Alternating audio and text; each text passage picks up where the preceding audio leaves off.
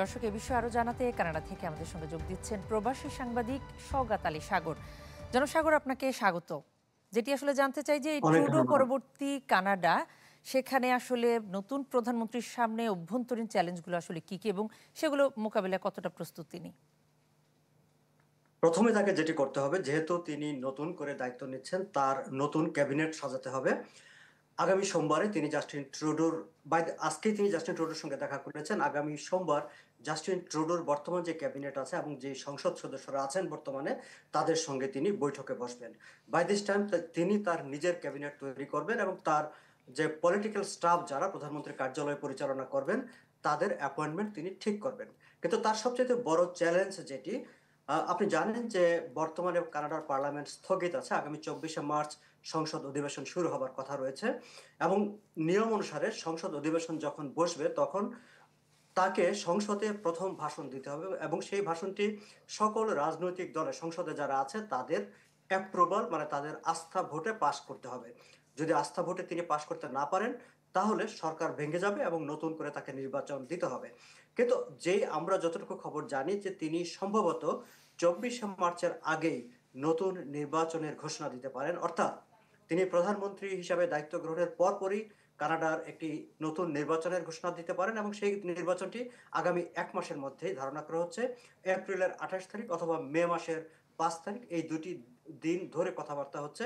ফলে mark Carney দায়িত্ব গ্রহণ করেই প্রথমত নির্বাচনের মুখোমুখি হবেন, নতুন করে সারা দেশের মানুষের আবার সমর্থনের জন্য মাঠে নেমে যাবেন। একই সঙ্গে তিনি প্রধানমন্ত্রী হিসেবে যেহেতু দায়িত্ব পালন করবেন, ডোনাল্ড ট্রাম্পের সঙ্গে তিনি ফাইট করবেন। ফলে তার একদিকে একটা ইন্টারনাল চ্যালেঞ্জ আছে, আরেকদিকে তার একটা এক্সটার্নাল চ্যালেঞ্জ।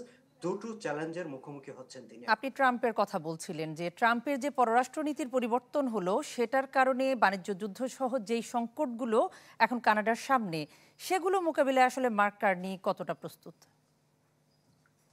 আপনাদের রিপোর্টে আপনারা উল্লেখ করেছেন যে মার্ক কার্নি একটি শব্দ উচ্চারণ করেছেন যে স্ট্রং কানাডা।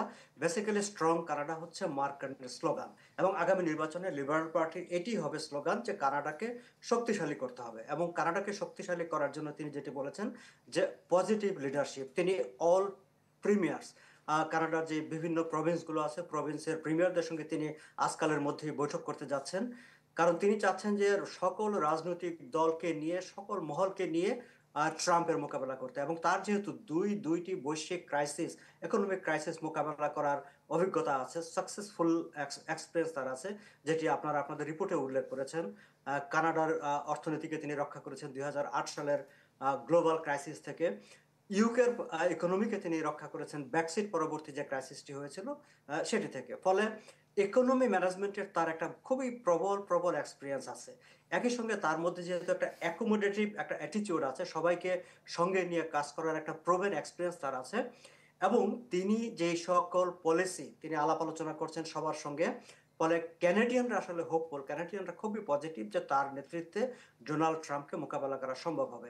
আমি জাস্ট একটি অংশ আপনাকে উল্লেখ করতে চাই যে কালকেই যখন তার নাম ঘোষণা হয়নি, কিন্তু আলাপ আলোচনা হচ্ছিল যে তিনি সম্ভাব্য লিবারেল পার্টির নেতা হতে যাচ্ছেন, সম্ভাব্য প্রধানমন্ত্রী হতে যাচ্ছেন, ঠিক সেই মুহূর্তে পরিচালিত একটি জনমত জরিপে দেখা গেছে যে তুমুল জনপ্রিয় হিসাবে আবির্ভূত হওয়া কনজারভেটিভ পার্টিকে একেবারে টেনে তিনি নামিয়ে ফেলেছেন এবং মুখোমুখি একটি চ্যালেঞ্জের মধ্যে এসেছেন।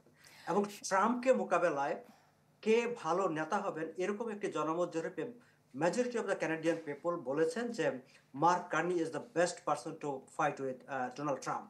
ফলে তার পলিসি এবং লিডারশিপ সবকিছু মিলিয়ে ক্যানাডিয়ানরা ফিল করছেন যে ডোনাল্ড ট্রাম্পকে মোকাবেলা করার জন্য mark Carney is the right person. প্রস্তুত আছেন। জনাব সাগর, অসংখ্য ধন্যবাদ আপনাকে আমাদের সঙ্গে যুক্ত হওয়ার জন্য। দর্শক, সওগাত আলী সাগর আমাদের সঙ্গে যুক্ত হয়েছেন কানাডা থেকে।